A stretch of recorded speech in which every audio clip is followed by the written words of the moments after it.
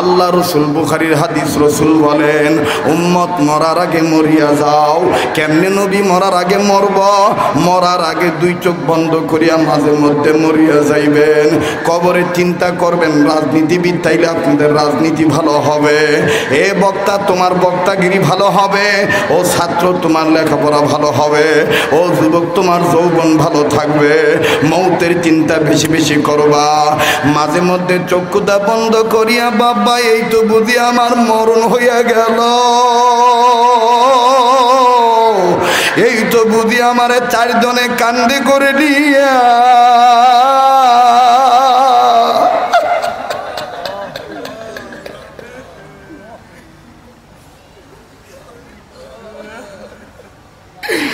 এই তো বুঝি আমারে চারজনে কান্দে করে নিয়ে ওই 3.5 হাত কবরের মধ্যে ঢুকে দিবে।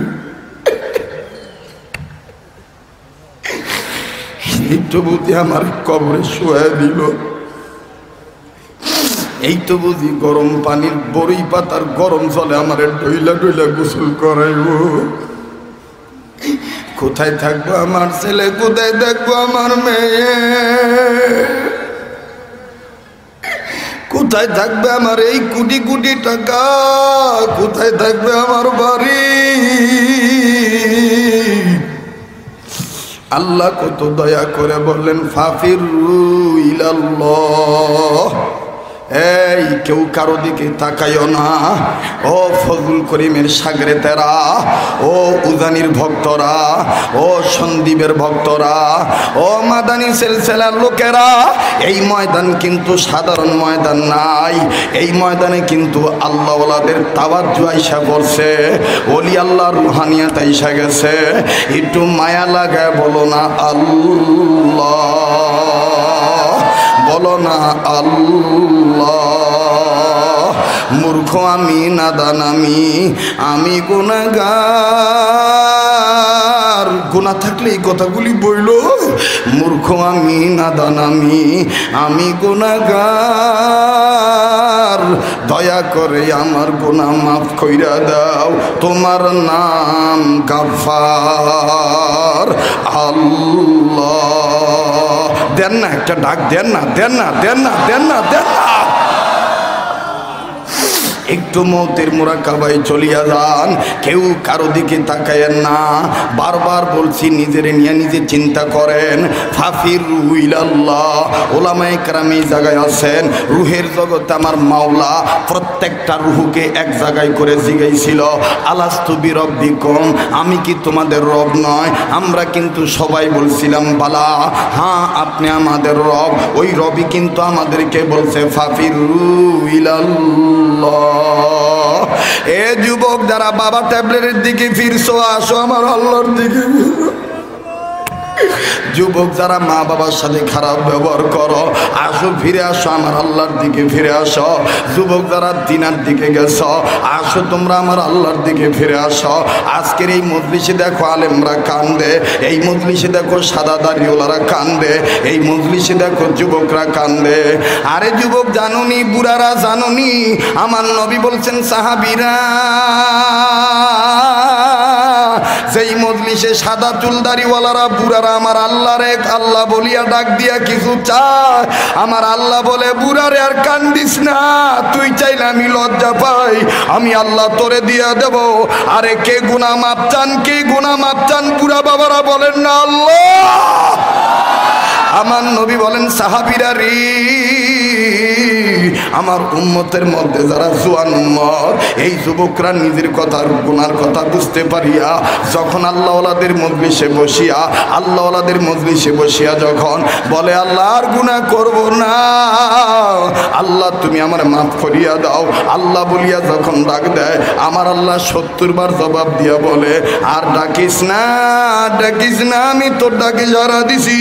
তুই যদি তওবার উপরে ইস্তেকামাত থাকতে পারো, করস আর যদি গুনাহ না করস, যদি আমার দিকে ফিরে আসস, আমি মাওলা তোরে বলিয়া দিছি লা তাকনাতু মির রহমাতিল্লাহ, আমার রহমত থেকে তুই নিরাশ হইস না।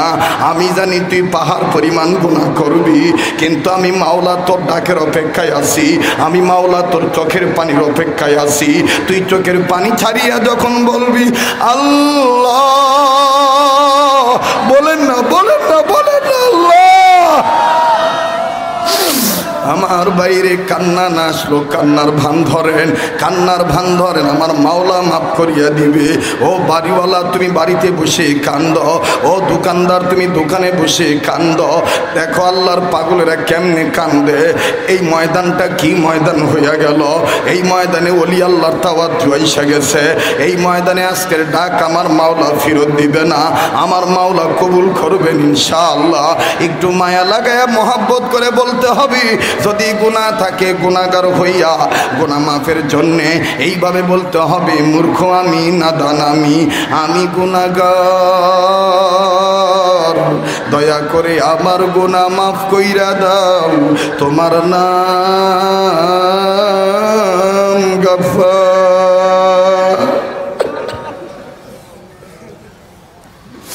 যুবক কে গো দাড়িতে খুল্লা গায়ে গুনাহ করছ, যুবক কে গো ইচ্ছা কইরা নামাজ কাদা কইরা গুনাহ করছ, যুবক কে গো কি গুনাহ করছো, ফাফির রুইল আল্লাহ, আসো আমার আল্লাহর দিকে ফিরে আসো। একটু মায়া লাগা আরেকবার বলেন না আল্লাহ। এ যুবক, এ মুরব্বী বাবা, যদি মনে করো তোমার এখন ভালো লাগতেছে, বুঝছে না আমার মাওলা তোমারে মাফ করিয়া দিছে। আর যদি মনে করো হুজুর আমার দি ভালো লাগে না, মন ছটফট করি, আমার বাইরে তাইলে কি হুজুর আমি চলিয়ে যাবো, না না না না না, বাজারে একই ওজনে একই দামে ভালো বাগুনের সাথে দুই একটা পোকা বাগুন চলিয়া যায়। কেন তুমি আমি চলিয়া যাব, এখানে তুমি আমি পোকা বাগুন গুনাহগার, কিন্তু এখানে কে জানি আল্লাহর মাহবুব বান্দা, এই ভালো লোকগুলা রয়েছে না, আমার আল্লাহ তোমার মনে মাফ করিয়া দিতে পারে। একটু মায়া লাগায় বলেন না আল্লাহ, আবার বলেন না আল্লাহ, দিল থেকে ডাক দেন না। মায়ের কাছে মা কইয়া ডাক দিলে মা মাফ করিয়া দেয়। মার চাইতে বাপের চাইতে আল্লাহর দয়া অনেক বেশি অনেক বেশি অনেক বেশি। দেখেন না গুনাহ করার পরও আল্লাহ বাঁচায় রাখছে, দেখেন না নামাজ কাজা করার পরও আল্লাহ আমারে খাওয়াইতেছে। আল্লাহকে কেমনে আপনি না ডাকা পারেন গো? একটু মায়া লাগায় বলেন না আল্লাহ।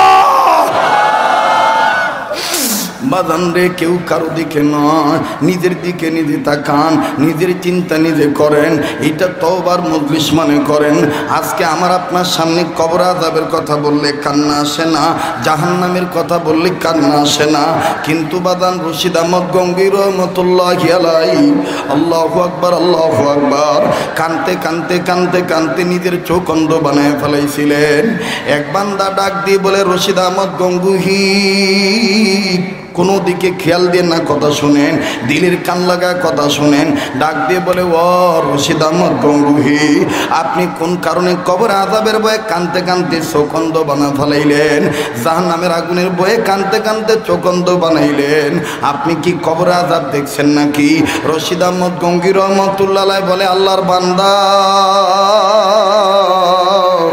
আমি আগে দেখি নাই, কিন্তু হাজী আমদাদুল্লাহ মহাজের মক্কির সোহবতে যাওয়ার পর আমার মাওলা আমার ভিতরে চোখ খুলিয়া দিছে। ডাক্তার না বলেন না আল্লাহ। হযরত গঙ্গী রহমাতুল্লাহ আলাইহি বলেন, আমার আল্লাহ আমার চোখ খুলিয়া দিল, আমি ভিতরে চোখ দিয়ে আমি দেখছি কবর আযাব কেমন আযাব। বলে, হুজুর আপনি আমাদেরকে একটু শোনান। রশিদ আহমদ গঙ্গী রহমাতুল্লাহ আলাইহি বলেন, একদিন আমি কবরের কাছে দিয়া যাচ্ছিলাম, আমি কবরকে উদ্দেশ্য করে, কবরবাসীকে উদ্দেশ্য করে সালাম দিলাম, আসসালামু আলাইকুম ইয়া আহলাল কুবুর। আমি তো তাদের উপর শান্তি বর্ষণকে এই জন্য দোয়া করছি, কিন্তু জাননি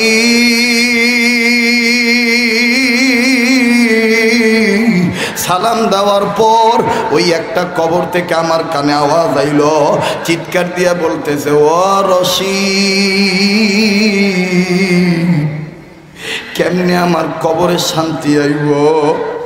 আমার কবর তো গালি সাপ আর সাপ।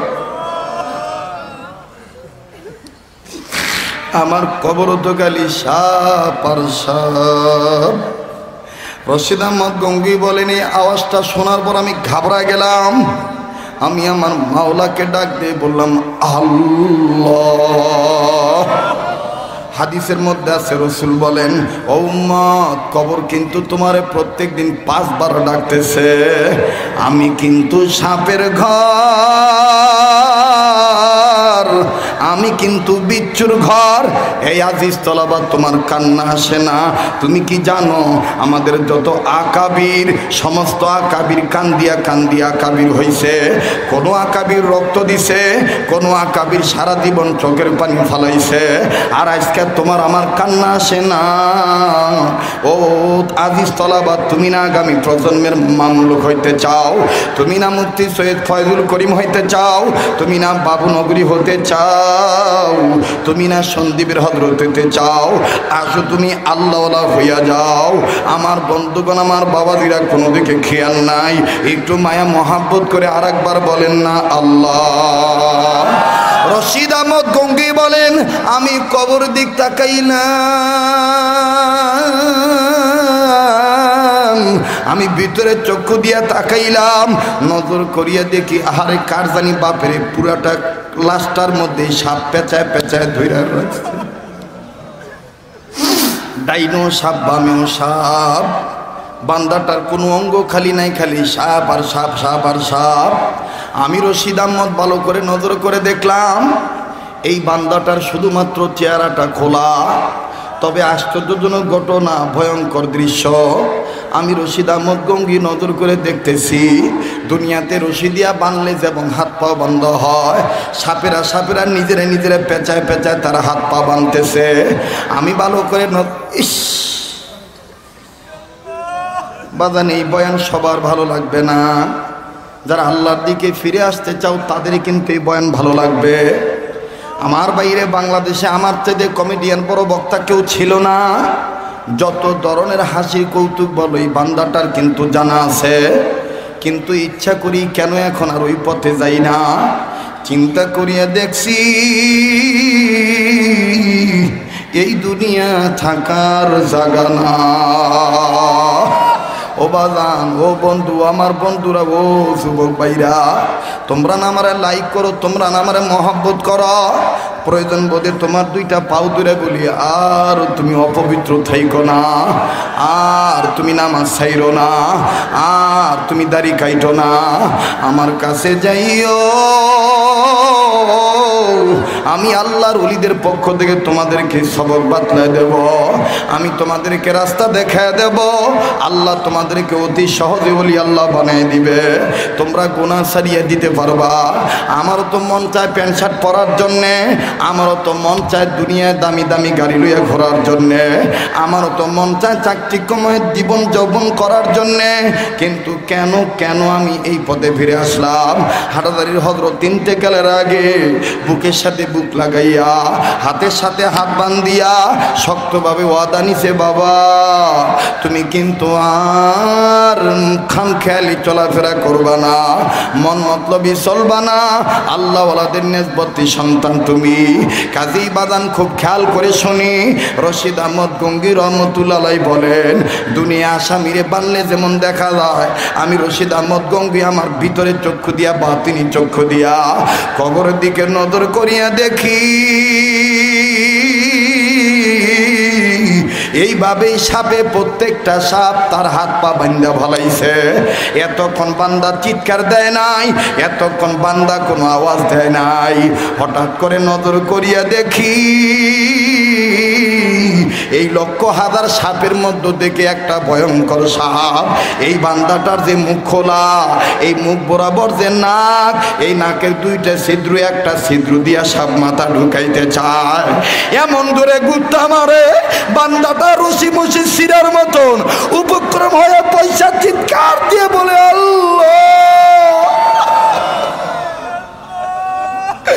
আগে জানলে গুনাহ লইয়া কবর আইতাম না, আবার কি কেউ নাই, আমার জন্য কি কেউ দোয়া করবে না?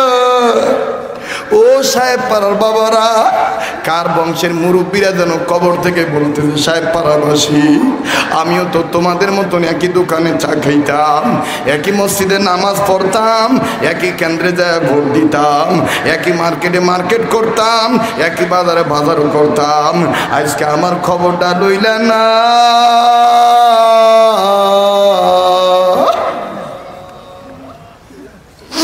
বাজান রশিদ আহমদ গঙ্গী রহমতুল্লাহ আলাইহি বলেন, এই দৃশ্যটা দেখার পর আমি 5 বার আল্লাহকে ডাক দিয়ে বললাম, আল্লাহ আল্লাহ আল্লাহ আল্লাহ আল্লাহ, বলো না আল্লাহ আল্লাহ আল্লাহ আল্লাহ আল্লাহ আল্লাহ আল্লাহ আল্লাহ। হযরত গঙ্গী রহমতুল্লাহ আলাইহি বলেন, এইভাবে দেখার পর সেদিন থেকে আমি না কান্দা পারি না, না কান্দা পারি না, না কান্দা পারি না। কাজী বাদানা আল্লম্বা নয়, ফাফিরু ইলাল্লাহ। মুসলমান ভাইরা রে আমার, হযরত হাকিমুল উম্মত থানভী রাহমাতুল্লাহ আলাইহি বলেন, আল্লাহর দিকে যারা ফিরে আসতে চাও, যারা ওলি হতে চাও, তারা 3টা জিনিস ভালো করো। খুব খেয়াল করেন, 3 জিনিস ভালো যার, ওলি হবে সে। 3টা জিনিস ভালো যার, দিল ভালো তার। হাকিমুল উম্মত থানভী রাহমাতুল্লাহ আলাইহির খলিফা আমাদের দাদা হুজুর হাবলি রাহমাতুল্লাহ আলাইহি, শাহ আবুল হক রাহমাতুল্লাহ আলাইহি বলেন, যেই বান্দা বান্দি 3টা জিনিস ভালো রাখবে, আমার মাওলা মরার আগে তারে ওলি বানিয়ে দিবে। যুবক একদম সহজ ওয়াজ, ফাফিরু ইলাল্লাহ, বলো না ফাফিরু। এই আল্লাহর দিকে ফিরে আসতে গেলে 3টা জিনিস তোমারে বাধা দেয়। 1 নম্বর হলো চোখে তোমারে বাধা দেয়। তোমার মন চায় না নারী দেখতে, তারপরও চোখটা যখন বেগানা নারীর দিকে পড়ে যায়, তখন তুমি নষ্ট হইয়া যাও। কথা বলেন ঠিক না ব্যাঠি? আল্লাহর দিকে ফিরে আসতে 3টা জিনিস বাধা দেয়। 1 নম্বর হলো নজর, 2 নম্বর হলো মুখ, 3 নম্বর হলো চিন্তা। আমার বাইরে এই জন্য আবুল হক রহমাতুল্লাহ আলাইহি বলেন, 3 জিনিস ভালো যার, দিল ভালো তার। 1 নম্বর নজর বালা করা লাগবে, 2 নম্বর জবান ভালো করতে হবে, 3 নম্বর চিন্তা ভালো রাখতে হবে। এটা বাংলায় আপনাদেরকে বলে দেই, কুচিন্তা, কুদৃষ্টি, কুকথা। বলেন না, কুচিন্তা, কুদৃষ্টি, কুকথা। এই জবানটা দিয়ে আমি কুকথা বলবো না, এই চিন্তাটা দিয়ে আমি কুচিন্তা করব না, এই দৃষ্টি এই নজরটা দিয়ে আমি কুনজর দিব না, কারো দিকে আমি খারাপ নজরে তাকাবো না। কারা কারা রাজি আছে ইনশাআল্লাহ 2 হাত তুলে আল্লাহকে দেখাই, নারায়ে তাকবীর। হাত নামান। এবার আমি দেখবো কে বাস্তব কানতে পারেন। আর 10-15 মিনিটের মধ্যেই কথা ফিনিশিং দিয়ে আমি বিদায় নিয়ে চলে যাব।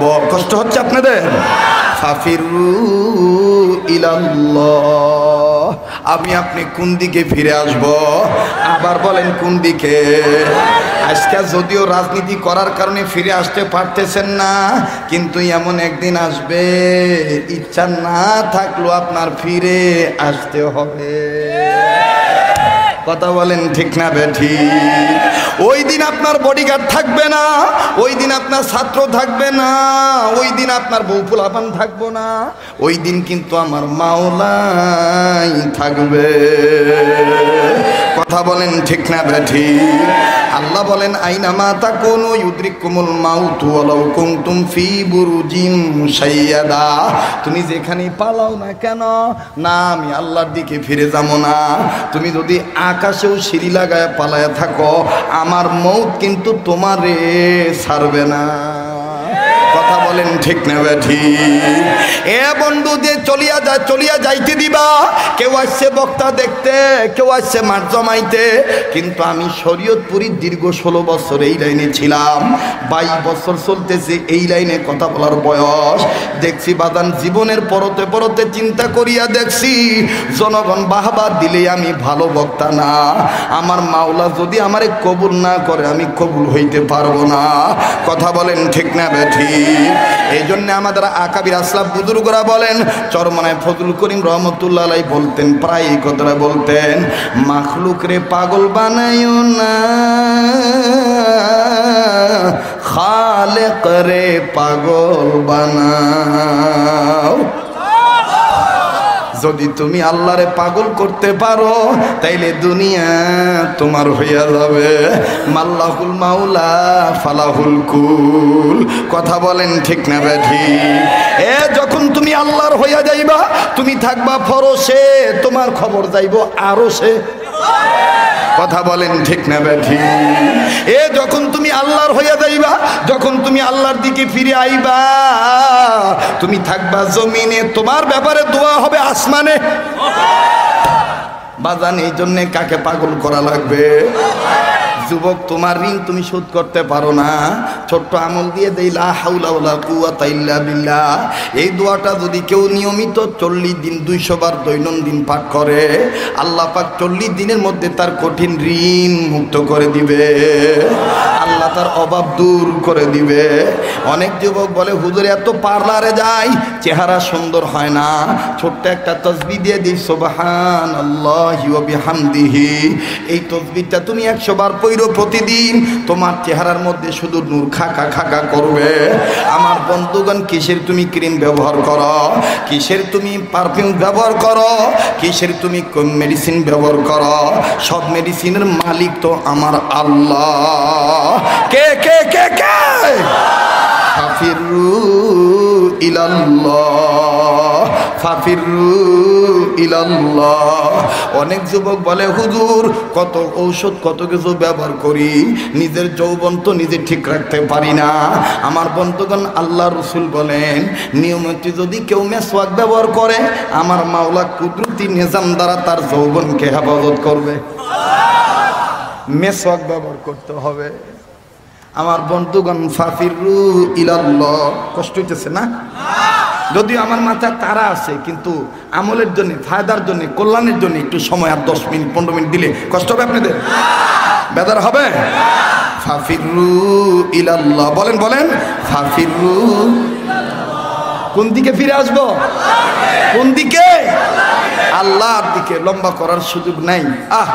এই নজর ভালো যার, দিল ভালো যার, জবান ভালো তার। বলবেন হুজুর এই নজরটা কেমনে হেফাজত করবো? আরে ভাই, এই নজর অন্য দিকে না দিয়া আপনি প্রায় সময় মসজিদে যাইবেন, মসজিদে যাইয়া এই নজরটা দিয়া, এই নজর ভালো করার নিয়ত করে যদি 4টা জিনিসের দিকে আপনি তাকান, আল্লাহ আপনাকে মাফ করে দিবে। 1 নাম্বার, কেউ যদি কাবা ঘর দেখেন, কাবা ঘর আছে না, কাবা ঘরের দিকে তাকাইবেন, আল্লাহ মাফ করে দিবে। করোনার কারণে তো মুসলমানদের সবচেয়ে বেশি ক্ষতি হয়েছে। মুসলমানরা মক্কা মদিনায় যাইতে পারে নাই, সবচেয়ে মুসলমানদের বেশি ক্ষতি হয়েছে।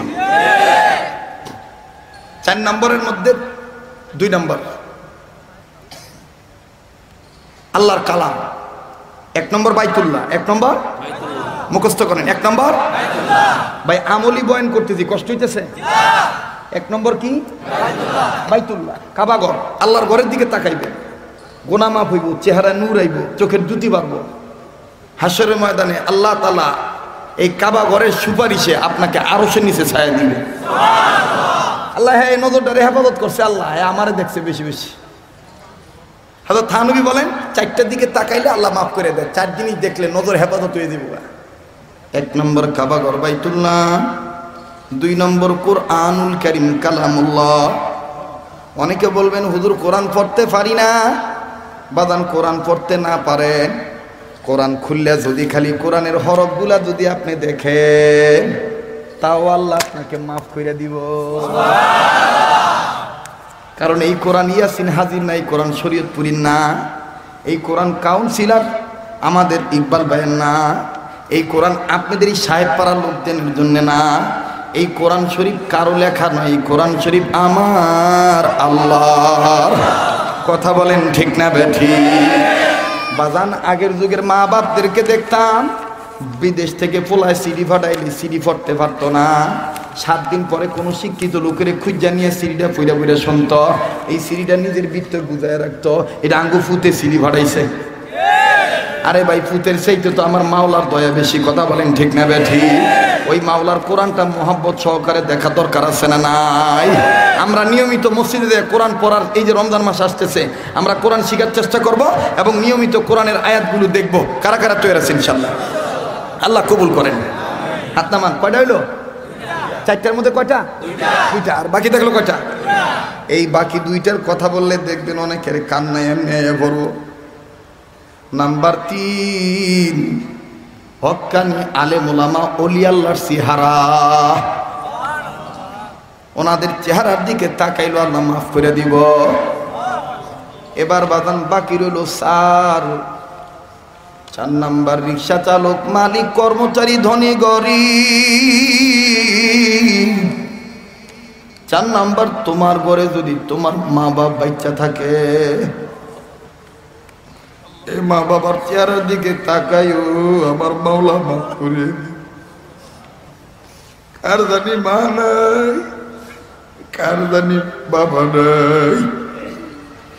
আজকে তোমার আমার সামনে মা বাবার কথা বললে দিক নরম হয় না, কিন্তু আল্লাহ রসুল মুহাম্মদ নবীর সামনে যদি কোনো সাহাবী বলতেন, ইয়া রাসূল আল্লাহ, আল্লাহ এবং আল্লাহ রসুলের কথা মানার পর খেদমত কর্মকার, নবী কইতো তোমার মা, নবী একবার কইতো তোমার মা, আরে দিন নবী চোখের পানি দিয়া দাড়ি ভিজায় ভিজায় কাঁদতো। সাহাবীরা কইতো, ইয়া রাসূল আল্লাহ, মার কথা শিখাইলে, বাপের কথা শিখাইলে কাঁদতেন কেন? নবী বুকে হাত দিয়ে বলতো, তোমাদের তো মাও আছে, বাবু আছে, আমার তো মা বাপি,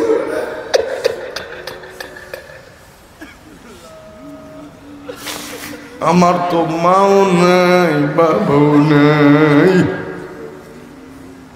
ও বাজান, যার মা নাই, যার বাপ নাই, তার মতন বড় দুঃখের কেউ নাই।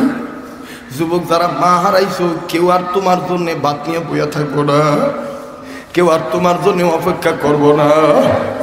আর এই মায়ের কত কষ্ট দেশ, এরপরে দেখ তোর মা তোর জন্য দোয়া করে, আল্লাহ আমার মানিক রে বাঁচায় রাখি। এ বাবা, আমার নবী একদিন হাসান হুসেনকে আমি প্রায় বয়ানে বলি, দেখ আমার নবী মায়ের দরদি কেমন ছিল। আল্লাহ নবী হাসান হুসেনকে আদর করতেছেন।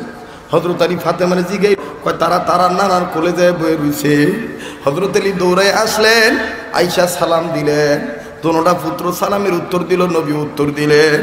এইবার নানারে ডাক দিয়ে কয়, নানা আঙ্গো আব্বাই আইছে, আমগো আব্বার কোলে যায়। আমার নবী কয়, যাও, তোমাদের বাবা তো বাচ্চা রয়েছে, তোমরা তো যাইবা। দুইটা নাতি দৌড়াইয়া যখন বাপের কোলে উঠে গেল, হযরত আলী আব্বু আব্বু বলে হাসান হুসেনকে চুমা দেয়। এই দৃশ্যটা দেখে নবী খালি কান্দে আর কান্দে, বোবার মতন গুনগুনায় আওয়াজ দিয়া কান্দে। হযরত আলী কয়, কান্দে কে? বালা কইরা নজর করে দেখে রহমাতুল লিল আলামিন কান্দে। আল্লাহ নবী হাসান হুসেনকে নামায় দিয়া দৌড়াইসা বলে, আলী নামায় দিয়া ডাক দিয়ে বলতেছেন, ইয়া রাসূলুল্লাহ কান্দেন কেন? আমার নবী বলেন, আলী রে, তোমার জন্য কান্দি না, আমি কান্দি তুমি যখন তোমার পোলারে আব্বু কইয়া চুমা দিছ, আর তোমার পোলায় যখন তোমার আব্বু কইয়া ডাক দিছে, তখন আমি মুহাম্মদের একটা কথা মনে হইয়া গেছে, আমার মরা বাবা আব্দুল্লাহর কথা মনে হইয়া গেছে। আর দুনিয়ায় যার মা নাই, আমি প্রায় বলি কথা, আজকে দুপুর বেলাও বলে আসি, মেঘনা থানায় কত লোক এই কথা শুনিয়া কানতে কানতে অস্থির হয়ে গেছে। বাস্তব চিত্র তুলিয়া ধরতেছি, যুবক, এখন তো তোমার মা বাচ্চা রয়েছে, তুমি তোমার মায়ের নিয়ামত বোঝো না, দাঁত থাকতে দাঁতের মর্ম বোঝা যায় না। এই মা যেদিন মইরা যাইব বুঝবা ওই দিন কত বড় নিয়ামত হারাইছ। আহা, দক্ষিণ অঞ্চলে সফর করার জন্য বরিশালে যাইতেছিলাম, ফেরির মধ্যে গাড়ি তুলছি, আমার গাড়ির পিছনে অ্যাম্বুলেন্স উঠছে, অ্যাম্বুলেন্সের লাল নিশানা দেখে বুঝা বলেছি এটা লাশের গাড়ি। বাবাজি ও বাগান, গাড়ি স্টার্ট বন্ধ, আমার গাড়ির গ্লাস নামাইলাম, নামাইয়া যখন সবাই অন্যান্য আলাপ করতেছি, হঠাৎ করে পিছনে অ্যাম্বুলেন্স থেকে আওয়াজ আসতেছে, একটা বাচ্চা চিৎকার দিয়া কাঁদতাছে, আর ডাক দিয়ে কয়, আমার আম্মুর কাছে যামু, দুধু খামো। ওই তোরা আমার মায়ের কাঠের বাক্সে বইরা রাখছ কে? আমি আমার মার কাছে যাবো, দুধু খামো। আবার কতজন চিল্লা চিল্লা বলে, আব্বু ভাইয়ার একটু ঠান্ডা করো না, ভাইয়ার একটু বুঝাও না, মায় নাই, মা মরিয়া গেছে। এই কথাটা শুনিয়া বাদান ঠিক থাকতে পারি নাই, গাড়ি থেকে তাড়াতাড়ি নামিয়ে ওই গাড়ির কাছে গেছি, যাইয়া দেখি ভাই বোন বলতেছে, আব্বু ভাইয়ারে ঠান্ডা করো। আমার বন্ধুগণ এই বাচ্চাটা হামাগুড়ি দিয়া ভাই বোন রে কাম কামড় দিতে আসে। আর বাপে কেমন জানি বাচ্চাটা কুলি নিয়ে অসহায় হইয়া গেছে, কপাল থেকে গাল পর্যন্ত ঘাড় পর্যন্ত গেলি কামড়ের দাগ আর কামড়ের দাগ আর কামড়ের দাগ। লোকটা এত দূরে কামড় দিছে বাচ্চাটাকে মারার। এই বাবা খালি কামড় খাওয়ার পর লোকটা কান্দার ডাক দিয়ে বলে, আরে তোর মা তো মরে নাই, আমারে মারিয়া থুইয়া গেছে।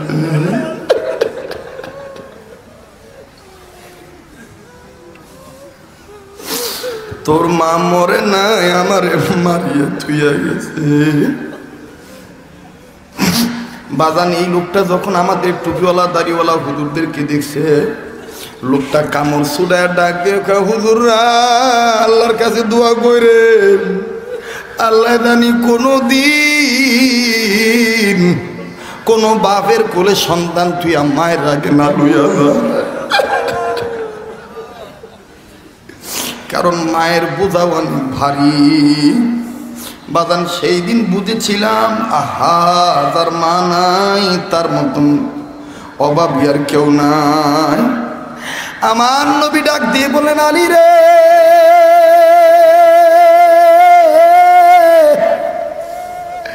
আমি নবী বলিয়া দিলাম,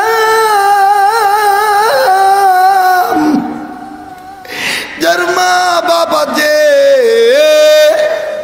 গরিব উম্মতরা হজ করতে পারবে না, কোন উম্মত যদি ইখলাস নিয়ে আল্লাহর দেওয়া চোখ দিয়া মায়ের চেহারার দিকে তাকায়, আমার আল্লাহ এই উম্মতের আমল নামায় কবুল হজের সওয়াব লিখে দিবে। একজন সাহাবী বলে, নবী আমার তো মাও নাই বাপও নাই, আমি কেমনে সওয়াব কামাই করব? আমার নবী বললেন, তুমি বেশি বেশি মা বাবার কবর জিয়ারত করবা, তাইলে তোমার মা বাবার প্রতি দোয়া করার কারণে আমার মাওলা তোমার প্রতি খুশি হইয়া যাইব। একটু মহব্বত করে বলেন না, রব্বির হামহুমা কামা রব্বায়ানি, বলেন না রব্বির হামহুমা কামা রব্বায়ানি সগীরা।